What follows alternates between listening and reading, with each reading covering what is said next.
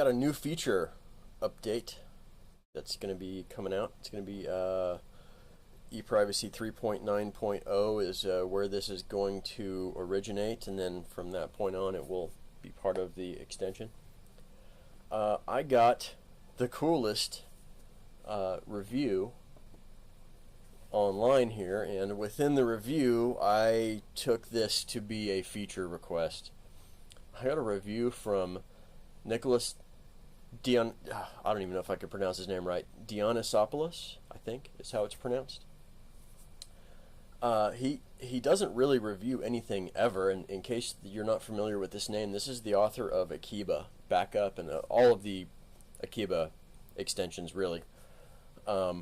This is the guy behind Akiba, and he doesn't really review anything ever. I mean, he's got 4 reviews in the system, so I feel really honored to have been reviewed and to have really such a good review.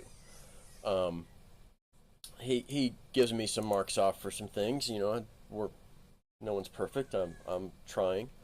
One of the things that he marked me down for is that the ribbon display, which is the display he uses on his website, is hard-coded in the JavaScript. And I had this request, you know, since I'm reading this in his review, I realized I had that request a couple of years ago. Someone wanted me to, maybe it was last year, somebody wanted me to templatize that so that it could be overridden.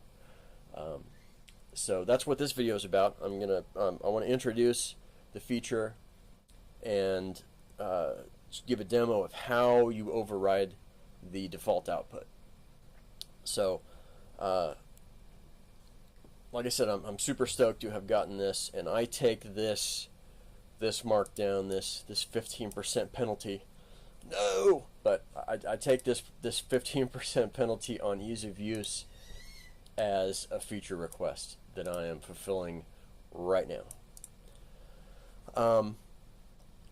If we go into, if you look at the default output for the ribbon display, the default, actually I've messed with the defaults here. This is not the default. The buttons are different colors, but the default output is roughly like this, where you've got a paragraph of text, you've got one or 2 or 3 links, depending on your privacy policy and whether or not you want the illegal documents linked. And it's pretty much it. I thought it was simple enough, so I hard-coded it in the JavaScript. Really not much to it. You know, you can mess with the CSS to put it at the top or at the bottom. You can move the buttons around a little bit with JavaScript, change some styles. But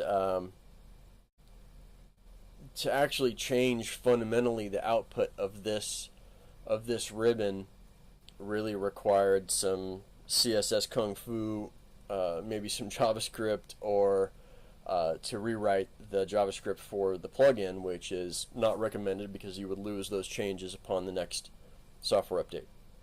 So this plugin now implements the standard Joomla template override system, and let's look at what that looks like in the editor. So you're going to be editing this with whatever text editor, file system manager you choose. I'm displaying it here within my IDE because I can show you everything in one place. So this is my sandbox server file system over here. Maybe you're looking at it through an FTP client, or you're browsing via SSH. If you're browsing via SSH, then you'll know exactly what I'm talking about. Imagine if you're looking at this with an FTP client, imagine this is your directory structure here. So this would be the root of the website, settings, that's something else. Administrator, cache, certificates, all this stuff. Everything is going to happen within, well, all the things you're going to create are going to be within your template folder. So for my demo server, I'm using the protostar template. You're going to open that up. You're going to go into the HTML folder within your template and add a new folder. That folder name is PLG, not plug, PLG system underscore ePrivacy. PLG underscore system underscore ePrivacy. Once you have created that, you're going to want to go into the plugins folder, into system, down to ePrivacy, open up the TMPL folder, copy default, take that down to your newly created plug system ePrivacy folder and paste it here. At this point you have overridden the output. The output of this bar is now coming from your template overrides folder, your HTML overrides folder here in the template.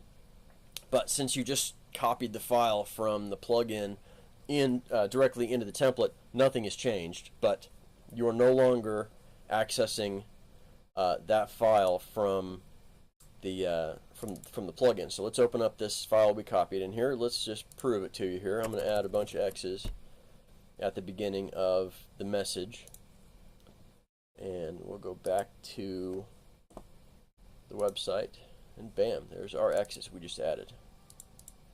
So at this point, let me bring the code back here and I'll highlight some important pieces here.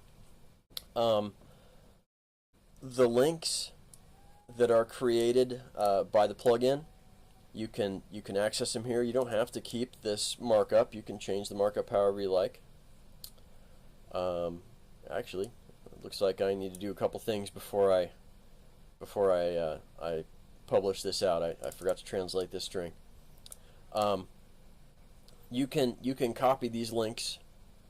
Ooh, man, I got the bad thing there. Yeah, I haven't published this to the website yet. I was doing my demo before I publish it, so I got a couple things to fix in this link right here. I missed some pieces, but you're gonna see another PHP echo right here. It'll be something like that. I want to say it. It'll say privacy URL. No, policy URL. It'll look just like this.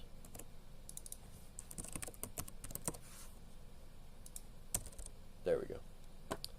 And then JText, it'll say policy URL, I think. But anyway, you can use this as a guide to determine exactly what needs to be present. So your buttons need to have a decline and an accept class. What you do beyond that is up to you. You have access to all of the translations using JText. I'm sure that if you've done overrides before, you're going to understand what you see in this document, so I'm not going to go through everything here. The important pieces are the active bar and decline and accept classes. Those must be present in order to allow the plugin to continue to function correctly. The decline class on the button and the accept class within the active bar container is how the JavaScript identifies the correct pieces and does the show and hide functionality. So this is going to get pushed out here probably this afternoon as soon as I get done with my testing and I review all of my changes to make sure that I didn't miss stupid things like this. Anybody who knows Nick, tell him thank you for the feature request. I've been meaning to do this, and his was the review that gave me the kick in the pants to go ahead and do it. Thanks.